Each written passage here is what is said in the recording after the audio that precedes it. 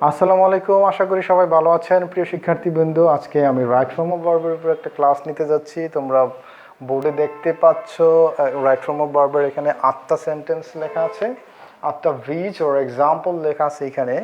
তো এই বাক্যগুলো অধিকাংশ অ্যাডমিশন পরীক্ষায় এসে থাকে এবং সকল শিক্ষার্থীদের জন্য এই রুলসটা জানা খুবই জরুরি। এই বাক্যগুলোর সলভ জানা, এগুলো অনেকটাই কনফিউজিং। সো আমরা যখন অ্যান্সার করতে যাবো তখন দেখবো যে আসলে বাক্যগুলো কীভাবে সলভ করা যায়। তো প্রথমত আমি যেটা বলে নিব যে প্রত্যেকটা বাক্যে আমরা দেখতে পাচ্ছি যে 5 and 5 make 10, Rahim and Ratul play football, এন্ডযুক্ত এই বাক্যগুলো। তো আমরা যেটা জানি যে সব সময় রাইট ফর্মের ভাবে যেটা করতে হয়, সাবজেক্টকে দেখে ভার্ব ইউজ করতে হয়। সাবজেক্ট যদি সিঙ্গুলার হয় ভার্ব সিঙ্গুলার, সাবজেক্ট প্লুরাল হলে ভার্বও প্লুরাল হয়ে থাকে। তাহলে এন্ডযুক্ত বাক্যগুলিতে কখন সাবজেক্টটা সিঙ্গুলার হচ্ছে, কখন প্লুরাল হচ্ছে, এই জিনিসটা ফাইন্ড আউট করতে গিয়ে আমাদের একটু প্রবলেম হয়ে থাকে। আশা করি আজকের এই ভিডিওটা দেখার মাধ্যমে এই সমস্যাগুলো দূর হয়ে যাবে।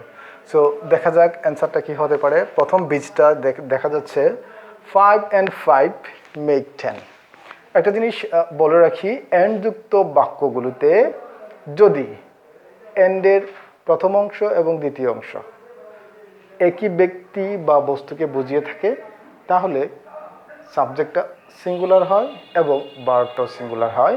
আর যদি পৃথক পৃথক কোনো ব্যক্তি বস্তুকে বুঝিয়ে থাকে তাহলে সাবজেক্টটা প্লুরাল, ভার্বটাও প্লুরাল দিতে হয়। জাস্ট এই কথাটা মনে রাখলেই হবে। তারপরে কিছু কনফিউজিং আছে ভিতরে, সেগুলো অ্যান্সার করার পর আশা করি দূর হয়ে যাবে। So first sentence is 5 and 5 make 10।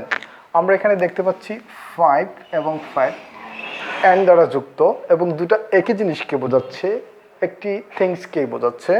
তাহলে আমরা বুঝে নিলাম যে 5 and 5 সাবজেক্ট, এটা সিঙ্গুলার, তাহলে ভার্বও আমাদেরকে সিঙ্গুলার করতে হবে। তাহলে আমরা ভার্বটা হচ্ছে এখানে মেক, সো মেকের সিঙ্গুলার ফর্ম হচ্ছে মেক্স।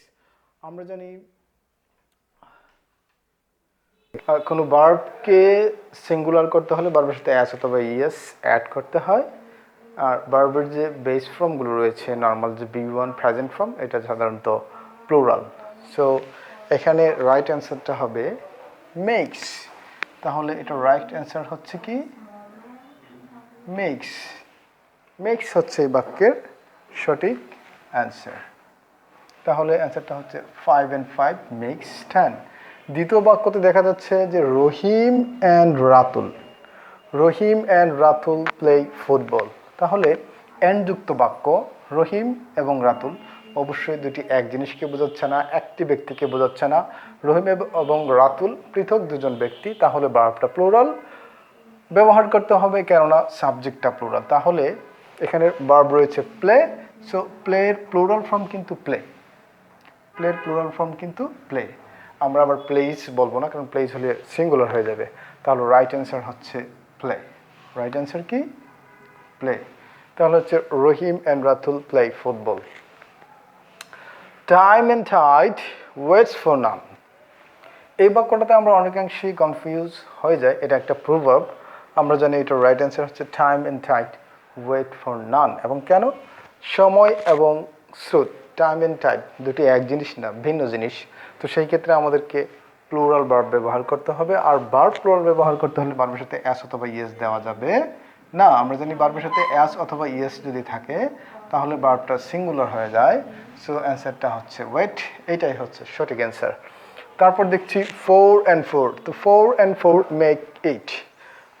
1 নম্বর বাক্য এবং 4 নম্বর বাক্য দুটো সেম, তাহলে 4 and 4 একই জিনিসকে বোঝাচ্ছে। সো ভার্ব সিঙ্গুলার হবে। সো ভার্বটা যদি সিঙ্গুলার হয়, মেকের সাথে আমরা এস যোগ করে দিলেই মেক্স হয়ে যাচ্ছে। Right answer max. The fifth one is rice and curry. Be verb use করতে হবে my only food.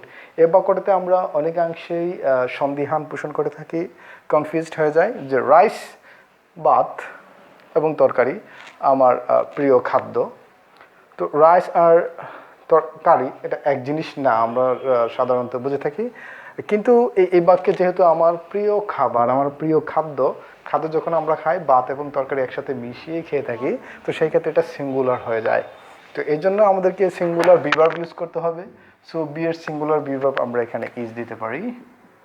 Is my only food, কিন্তু এটা যদি আবার এরকম হয়ে থাকে যে rice and curry be my favourite shopping বা শপ, শপ যখন আমরা কেনাকাটা করতে যাই সেই ক্ষেত্রে কিন্তু আমরা তরকারি এবং চাল বা ভাত একসাথে কিনি না, পৃথক পৃথক কিনি। তো সেই ক্ষেত্রে ভার্বটা প্লুরাল হবে, আর এই ক্ষেত্রে ভার্ব হচ্ছে সিঙ্গুলার, যেহেতু আমরা একই সাথে মিশিয়ে খেয়ে থাকি।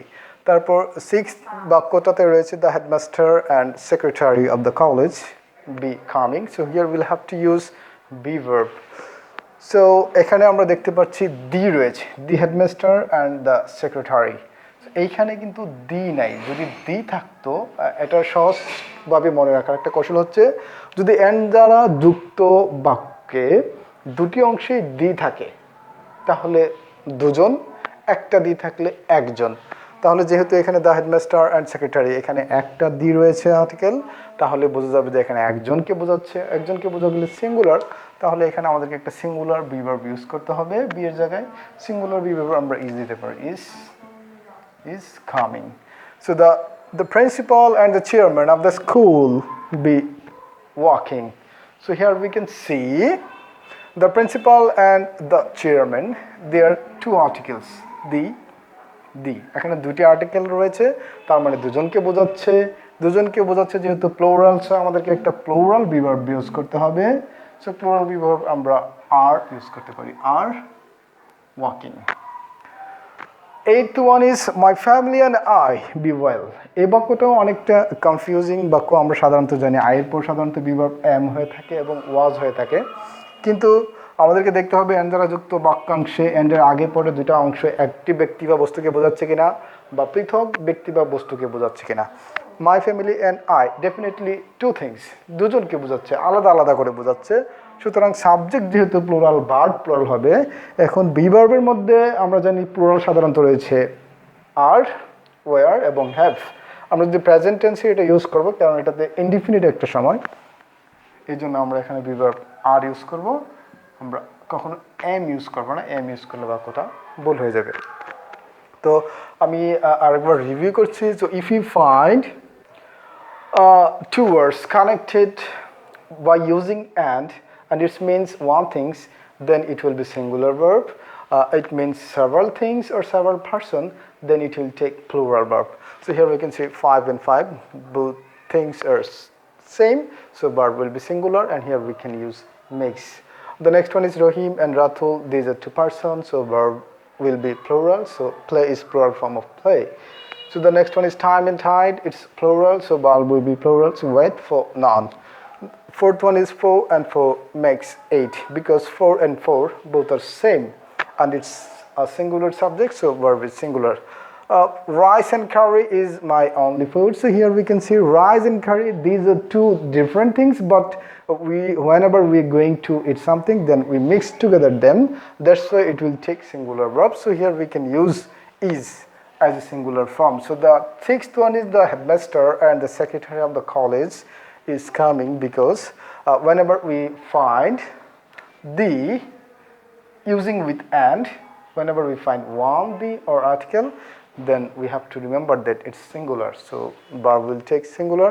And when we find two article the, we'll have to understand that it's two persons, so verb will be plural, so here we use are. So the eighth or the last one is my family and I are, these are two different person, two things, so we'll have to plural verbs, so plural is are. We will not use am because it's plural subject.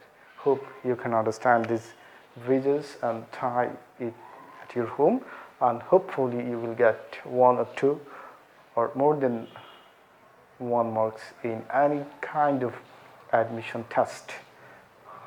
Assalamu alaikum. Thank you for watching this video. Welcome from Knowledge at Online School. Allah Hafiz.